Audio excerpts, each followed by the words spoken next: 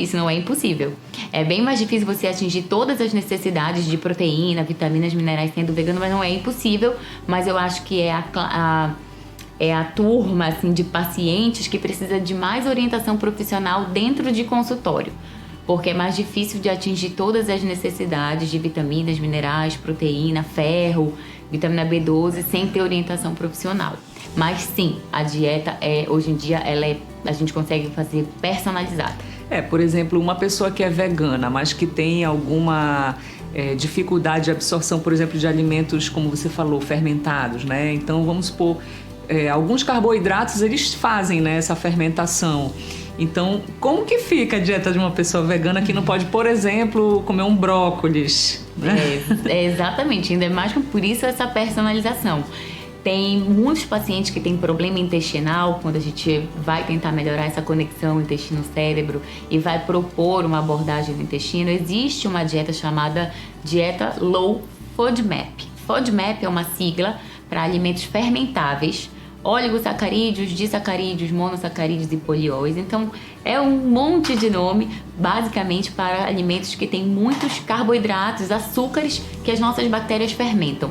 Então, por exemplo, o trigo, o leite, algumas frutas, algumas verduras, leguminosas, leguminosas, feijão, lentilha, grão de bico, até o alho, a cebola, eles têm às vezes esses açúcares que fermentam. Então o paciente come e já começa a ter a distensão abdominal.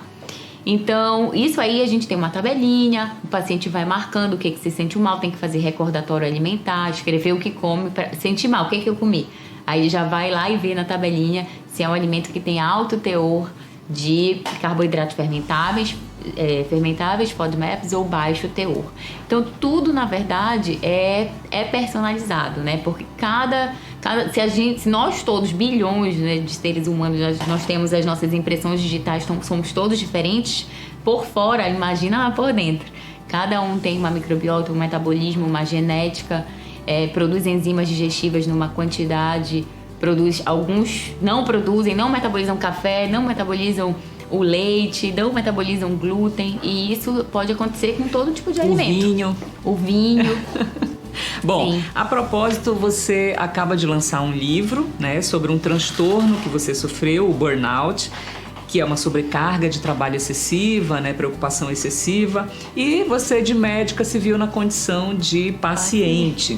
Então eu queria que você contasse um pouco pra gente sobre isso e falasse se isso pode ter, por exemplo, uma relação com uma mudança de hábito alimentar, de sono, como você falou, né? Uhum. Sim, os excessos, é muito difícil para o médico ser paciente, para começar, né? Porque se abre qualquer condição clínica que a gente apresenta, se abre um leque de diagnósticos, né? Um médico, quando tem uma diarreia, acha que pode estar com câncer. Então, vai desde o possível diagnóstico de um parasita até um câncer. E quando um médico apresenta uma condição de transtorno de comportamento, né, que ficou como um burnout com a investigação, mas logo no início do quadro podia ter sido até um quadro esquizofrênico, um quadro de transtorno bipolar, ninguém sabia o que era. No meu caso, não foi a alimentação que foi me deixando doente, foi a falta de sono. Foi privação de sono. E essa privação de sono, ela veio além do excesso de trabalho, um excesso de consumo de cafeína. Geneticamente, eu já fiz teste genético e eu tenho uma mutação num gene que é o CYP1A2, que é um gene que decodifica a enzima que faz o metabolismo ali da cafeína. Sou uma metabolizadora lenta.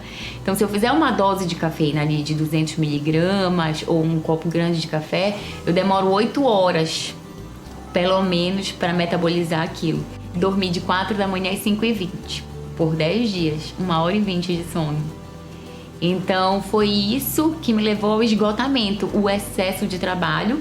Mas dentro do excesso de trabalho, eu estava prejudicando a minha própria genética. Todo dia era excesso de cafeína. Era cafeína para treinar e cafeína para trabalhar. E isso foi promovendo uma alteração dos meus neurotransmissores, né? Das catecolaminas, da adrenalina, cortisol. E vai alterando um hormônio vai alterando o outro. Até o dia que os meus neurotransmissores queimaram. Que é justamente esse o significado do burnout, é o esgotamento físico que chega até o máximo, né? De você precisar ser medicada para poder sair da crise.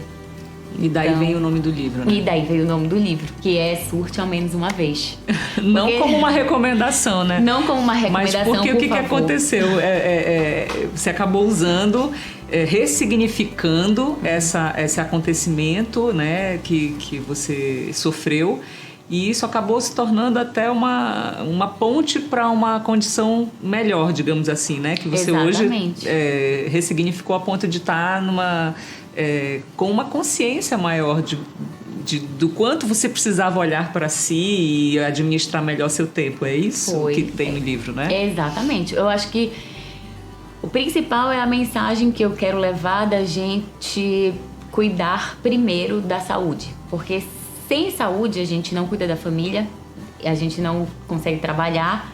E para o médico é muito difícil ser médico, aí às vezes a gente cuida sempre da saúde do outro, do paciente, do aluno, do residente, da clínica, e não olha para a nossa saúde. Tanto que a gente vê muitos médicos obesos, hipertensos, diabéticos, e tá ali atendendo todo dia, trabalhando, operando, e não consegue olhar para a própria saúde. Eu decidi escrever o livro porque durante a pandemia, no meu caso foi antes da pandemia, mas a pandemia fez muita gente surtar.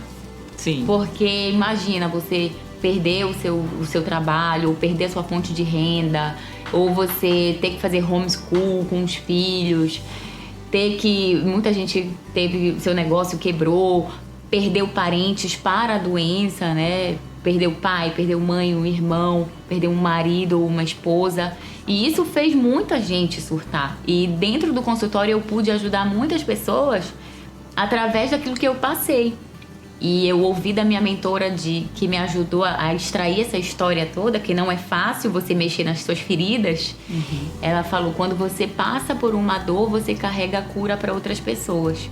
E para mim foi muito importante escrever o livro, não para poder realmente ajudar, né, todas essas pessoas que estão passando aí por 1 ano e meio de pandemia, que tiveram grandes perdas, que quebraram seus negócios, que passaram por depressão, ansiedade, insônia e o próprio burnout. Então eu espero que ajude muita gente.